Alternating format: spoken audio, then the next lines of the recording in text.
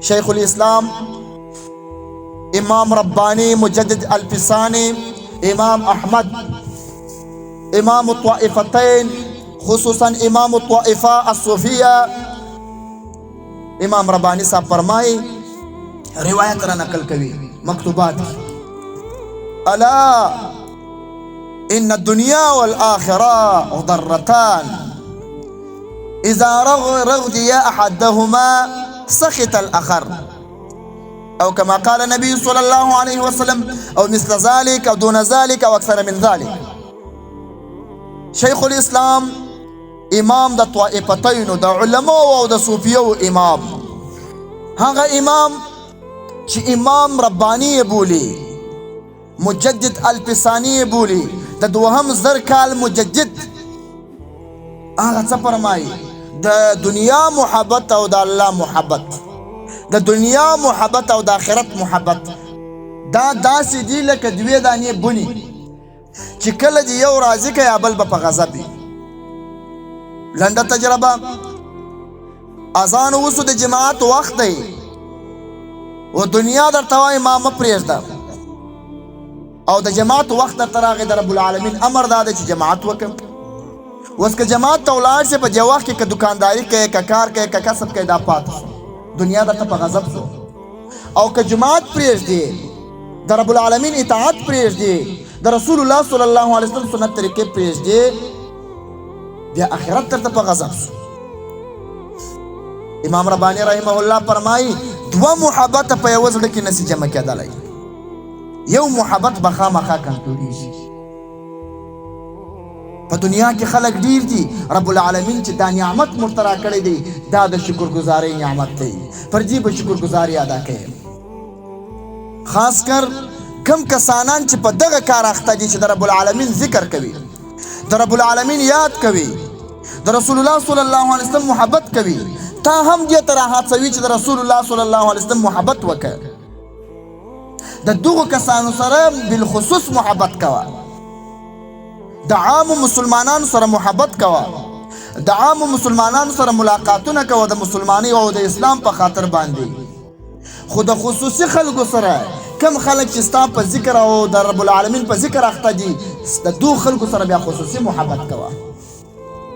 امام غزالی رحمه الله احیاء علوم الدین کې تقریبا شپږ صفحې پر دې عنوان لیکلی دی یو انسان به د بل انسان سره محبت کوي که بې نه کوي. امام غزالی رحمه الله فرمایي یو انسان به د بل انسان سره محبت کوي خو د الله په خاطر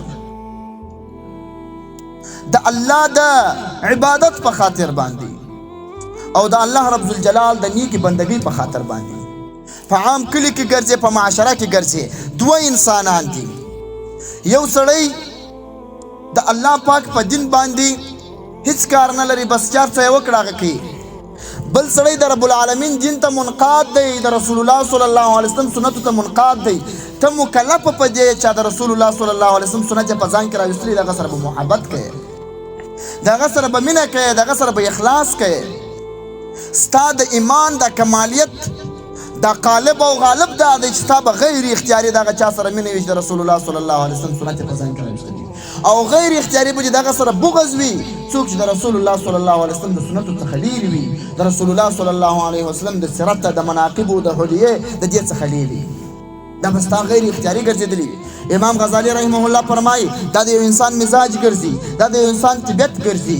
کله چې د محبت د کمې ډلې سره پیدا شو بیا د دې ډلې چې خلاف پرڅو کې بغض دې ورسره پیدا کېږي. ستا یپله د ذاکرین او د الله رب الجلال د ذکر سره د مینه پیدا شوه بیا که څوک تا د دې لارې راګرځوي که څوک د دې لارې پر خلکو ردونه کوي بیا چې دغه سره غیر اختیاري محبت کمیږي. خبره دا ده چې د الله د ذکر په خاطر باندې به د یو چا سره محبت کوي د الله د ذکر په خاطر باندې به د یو چا سره مینه کوي د الله د ذکر په خاطر به د یو چا سره ورکړه راکړه کوي. ما تاسو ته حدیث بیان کوي رسول الله صلی الله علیه وسلم فرمایي امام ابي داود دا تقریبا په محدثینو کې د ډیرو محدثینو استاد دی زموږ استاد د هلمند دی د سیستاني د علاقې دی. امام ابي داود دا یو روایت را نقل کوي د رسول الله صلی الله علیه وسلم څخه مرفوع روایت دی. رسول الله صلی الله علیه وسلم وایي من لم یشکر الناس لم یشکر الله، چې د الله د مخلوق شکر گزاري ادا نه کړي، چې د الله د مخلوق د نعمتو کې پران د نعمت وکړي، د الله رب الجلال د نعمتو شکر گزاري خو بالکل نشي ادا کولی. الله رب الجلال خو دومره نعمتونه پرتا کړي دي چې ستا هر اندام هر حرکت د رب العالمین نعمت ته چې درکړی دی. ستا سره په کلي و علاقه کې مینه، ستا سره په کلي و علاقه کې اخلاص، دا باید د هغه چا سره وي چې څوک د رب العالمین سره اخلاص لري، چې څوک د الله رب الجلال سره محبت لري. دا خپل محبت روا امره و دغه کسانان ته. احیاء علوم الدین کې امام غزالی صاحب فرمایي د حضرت علی کرم الله وجهه یو اثر را نقل کړي. حضرت علی صاحب مبارک فرمایي رضی الله تعالی عنه، ما ته چې په کلي او علاقه کې یو سړی 100 درهم راکړي په خیرات کې، دومره نه دي راته قدرمن لکه یو سړی چې زما ملګری وي ناسته ولاړه ورسره 10 درهم راکړي. دغه 10 درهمه تر هغه سلو راته بالا دي. ولې؟ دی ناسته د نیکانو خلکو سره کوي، دی محبت د نیکانو سره کوي، چې هم د ناسته ورسره وي هم د محبت ورسره وي، بیا دغه لږ قرباني د ډېره په ځای کې درېږي، دغه لږ اخلاص دی د ډېر په ځای کې درېږي. او چې نه دي اخلاص وي، نه دي نیت وي، نه دي اصلاح وي، چې هر څومره مال کوي جایداد کوي ګټه یې نشته. دا ګټه هغه وخت راځي چې ستا په محبت وي، ستا به اخلاص وي، ستا به مینه وي.